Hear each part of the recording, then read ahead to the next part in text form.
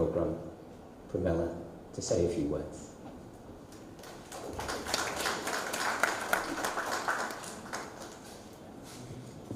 Thank you very much. A very good evening to you, ladies and gentlemen. I see a lot of familiar faces here.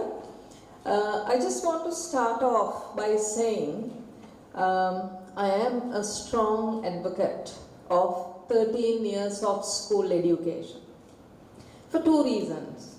Firstly, because I have been promoting an A-level qualification for an examination board. So obviously, I have to promote A-levels, which means 13 years of education. And secondly, I personally believe that at the age of 16, when they have just completed their IGCSEs or O-levels, the children are still adolescents.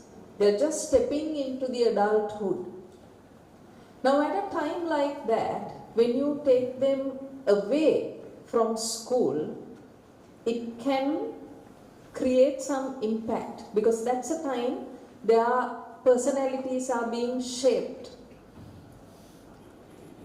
So I believe that these young adults should remain in school, form those relationships, friendships, because I know most of my friends are the friends that I had met or studied with in the A-level classes. Because up to O-levels, you know, it's a bit of a fluid system. We get allocated to different classes, but in A-levels, either you get assigned to science or commerce or arts, and then you are with the same group of people for 2 years.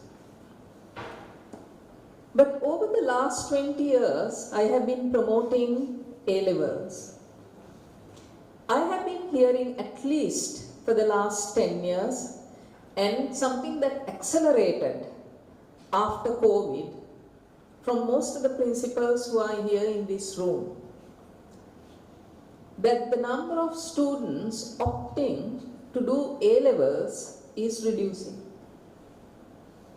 So if you look at the international schools and the private national schools that offer an international curricula or international A-levels, the dropout rate is about 40%, as high as 40%. If you take the government schools, it's between 5 to 10%. Not only because they don't qualify to progress to A-levels, but it is a conscious decision that they make, that they don't want to remain in school, but they want to move on for a different qualification.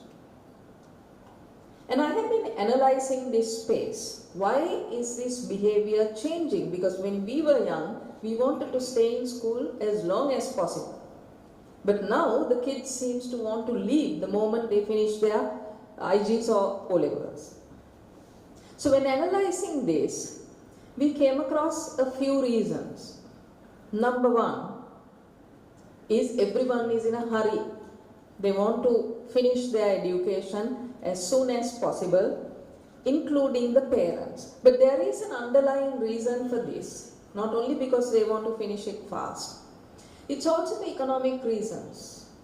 Because we as parents and educators know that the money you spend on educating your child in a school is just only about 1/3 of what you have to spend. The rest is the tuition, the cost of tuition.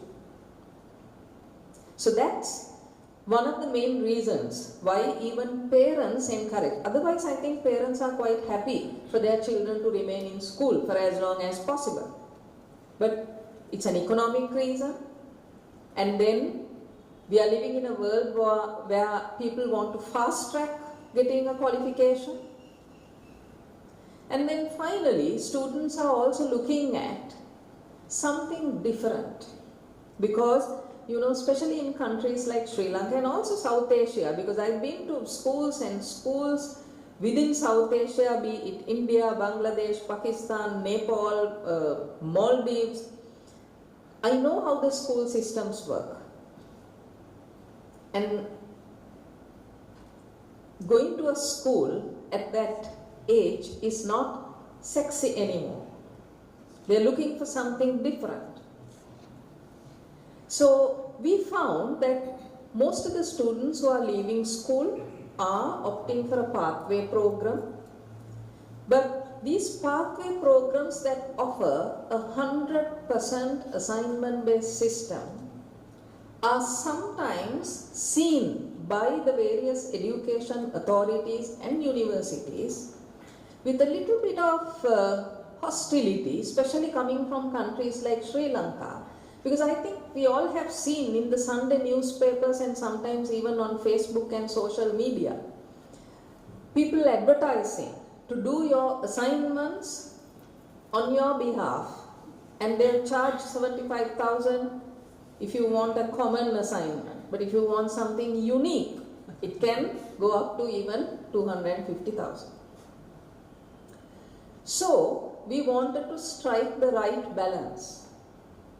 How do we make it, how do we appeal to the students, how do we make sure, first and foremost, that the kids learn what they need to learn.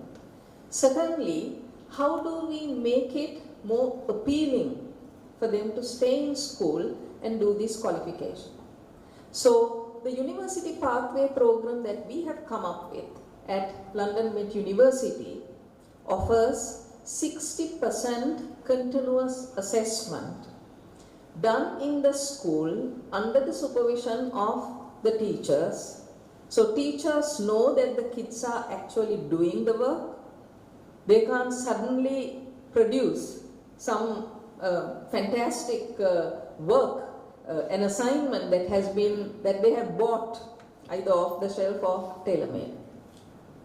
Because the teachers know exactly what the students are doing, and they'll be given milestones. You've got to deliver this in the first week, this is what you have to deliver in the second week, so on and so forth. And then we also have 40% of written examinations. So we strike that balance, because I think even parents want exams, because that's one way of the controlled assessments are certainly a thing that's quite valued in our society. So this is how our London Met University Pathway program is going to